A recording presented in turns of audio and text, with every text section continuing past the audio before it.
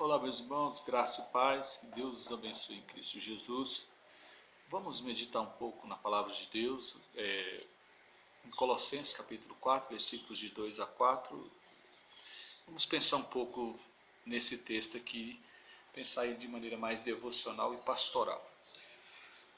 Nos diz assim, Filipenses 4, 2, 3 e 4. Perseverai na oração, vigiando com todas ações de graça, suplicai ao mesmo tempo também por nós, para que Deus nos abra porta à palavra, a fim de falarmos do mistério de Cristo, pelo qual também estou algemado, para que eu o manifeste como devo fazer. Meus irmãos, nesses tempos de crise, muitas pessoas têm se esmorecido, têm deixado de orar, de ler a palavra de Deus. Muitas pessoas têm tido um distanciamento não só social, mas também espiritual. Essa é uma das grandes preocupações nossa. E aqui a palavra de Deus vai nos mostrar um elemento importantíssimo que deve ser prioridade em nossas vidas, que é a oração. A oração é o oxigênio da alma. A oração é o meio que nós temos para obtermos a graça de Deus. Então, nesses tempos de pandemia, de distanciamento social, onde nós não podemos ir à igreja, estamos privados de cultuar o nosso Deus lá naquele templo, mas nós temos uma arma poderosíssima, divinamente estabelecida por Deus, para nós combatermos as forças do inimigo, para nós combatermos também o nosso desânimo. Então, a oração é imprescindível para as nossas vidas. E é sobre isso que Paulo está falando aqui. Ele está falando que nós precisamos priorizar uma vida de oração. O texto então nos mostra algumas características dessa oração que nós precisamos priorizar. Primeiro, ele vai mostrar aqui que a oração ela deve ser perseverante. Se você for olhar, ele começa, olha, perseverai na oração. Por que ele usa esse termo perseverante? Perseverar na oração? Porque, como eu já disse, em tempos difíceis, a tendência é nós esmurecermos, distanciarmos de Deus. Essa é a tendência do ser humano, infelizmente. E Paulo vai falar, não, olha, é uma responsabilidade nossa como povo de Deus perseverar, né, de buscar, né, naquele tempo, naquele momento que você estiver desanimado, reanime-se no Senhor e ore. Não deixe de orar. Busque o Senhor por meio das orações. Você tem orado? Tem perseverado? A Bíblia vai nos mostrar que a perseverança ela deve ser uma realidade presente em nossas vidas. Mas ele vai continuar trazendo uma outra característica da oração. Ela deve ser perseverante, mas ela tem que ser vigilante. Ele diz, olha, vigiai com ações de graças. Paulo fala que a nossa oração ela deve ser perseverante e vigilante. Vigiar por quê? Para quê? Para que as nossas orações não se tornem mecânicas e repetitivas. E nós precisamos tomar muito cuidado, porque muitas vezes as nossas orações elas se tornam mais mecânicas e repetitivas. Então Paulo vai dizendo, olha, vigiai nas orações, vigiai para que elas não sejam mecânicas, para que elas não sejam repetitivas. E muitas vezes o desânimo ou a falta de compromisso com Deus e com as coisas dele nos afastam da oração. Ou muitas vezes nos empurram a uma rotina de oração fria e vazia. Então, a oração tem que ser vigilante, porque ela tem que ser fervorosa diante do nosso Deus. Mas também ela tem que ser uma oração de gratidão ao nosso Deus. A gente chama ela de congratulatória, a ideia de que seja sempre com ações de graça. O versículo 2 fala exatamente isso. Ele diz, olha, vigiando com ações de graça, ou seja, sempre uma oração tem que estar recheada com gratidão, agradecimento. Agradecimento, de fato, é uma das marcas do verdadeiro cristão.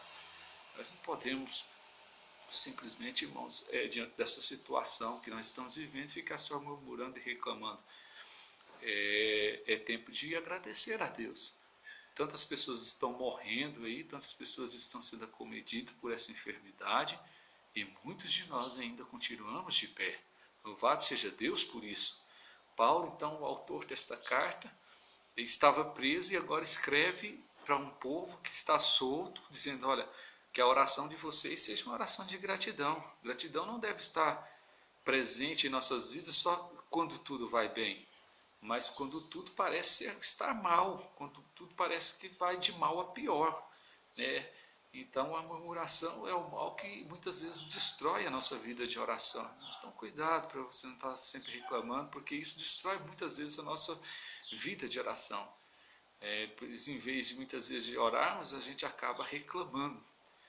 E Paulo vai tratar um outro elemento também nesse texto a respeito da oração. Ele fala que a oração deve ser intercessória. A ideia de que você intercede por outro.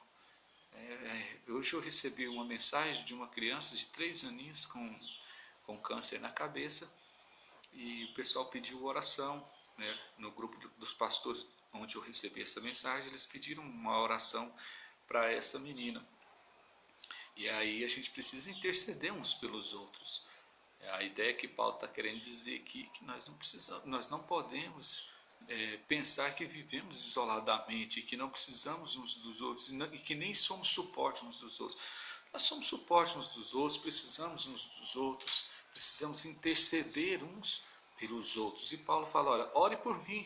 E aqui é interessante, ele fala, suplicai, versículo 3, suplicai ao mesmo tempo também por nós, para que Deus nos abra porta à palavra de Deus. Ele está pedindo o seguinte, gente, ora por nós para que quando nós formos falar, que as portas estejam abertas.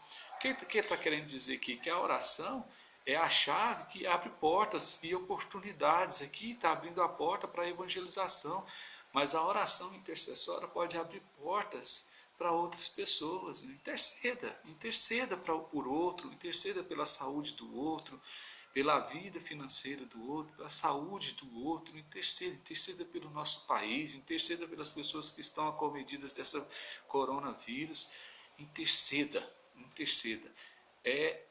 A oração é um elemento essencial que abre portas, onde a graça de Deus é comunicada até nós.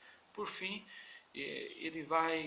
Paulo vai mostrar aqui que quando nós oramos, o nosso egoísmo ele é trabalhado. Paulo estava preso em Roma quando escreveu essa carta.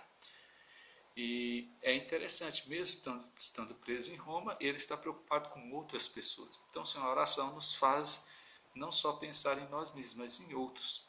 Uma vida de oração nos leva a ser menos egoístas. Então, mesmo estando preso, Paulo está preocupado com outros. Mesmo nós estando dentro dessa situação, nós precisamos ter uma preocupação com as pessoas lá fora. Tem gente pior do que nós, muito pior do que nós.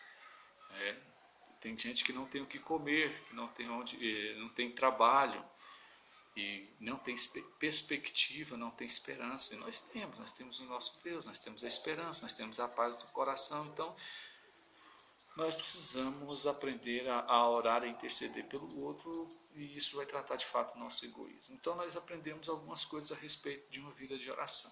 Então não se deixe esmorecer, porque a oração é o oxigênio, é um elemento imprescindível para as nossas vidas. A oração é o meio que nós temos para obtermos a graça do nosso Deus, é um meio de graça.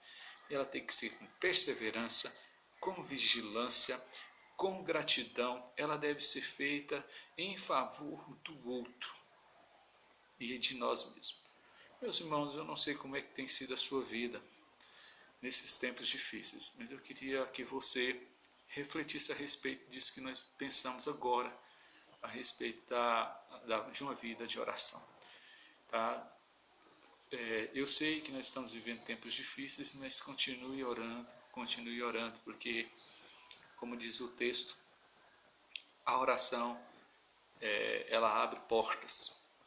Paulo está mostrando isso aqui para nós, que quando ele pede para que o povo esteja orando por ele está dizendo, olha, para que abra portas.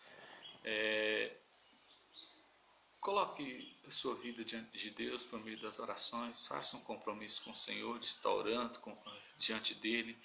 Tire um tempo para você fazer isso, de manhã ou na hora do almoço, ou à noite, enfim, ou se você quiser marcar, olha, eu gosto de orar 3 vezes ao dia, não que isso deva ser um ritual na sua vida de maneira alguma, rituais eles são vazios, mas um compromisso, Senhor, eu vou orar ao Senhor todos os dias, em tal horário, eu quero tirar um momento a sós com o Senhor. A oração nos aproxima de Deus, irmãos. A oração descansa a nossa alma, a oração renova a nossa esperança. Então ore, que Deus os abençoe em Cristo Jesus. Vamos concluir com a oração. Senhor, em nome de Jesus, nós te agradecemos pela oportunidade que o Senhor nos dá de ouvir mais uma vez a tua palavra. Ensina-nos, ó Deus, a orar. Ensina-nos, ó Deus, a ter uma vida que lhe agrade. Eu oro assim, te agradeço em nome de Jesus. Amém. Que Deus os abençoe em Cristo Jesus, irmãos. Esteja orando por nós. Segunda-feira estaremos reunidos para saber se reabriremos ou não as igrejas e se reabriremos, como faremos isso. Então esteja orando para que Deus nos dê sabedoria, nos dê capacidade de discernir e dê a sabedoria vindo do Senhor para a gente decidir aquilo que é bom, aquilo que seja agradável, não só à igreja, mas ao dono da igreja, que é o nosso Senhor. Que Deus nos abençoe.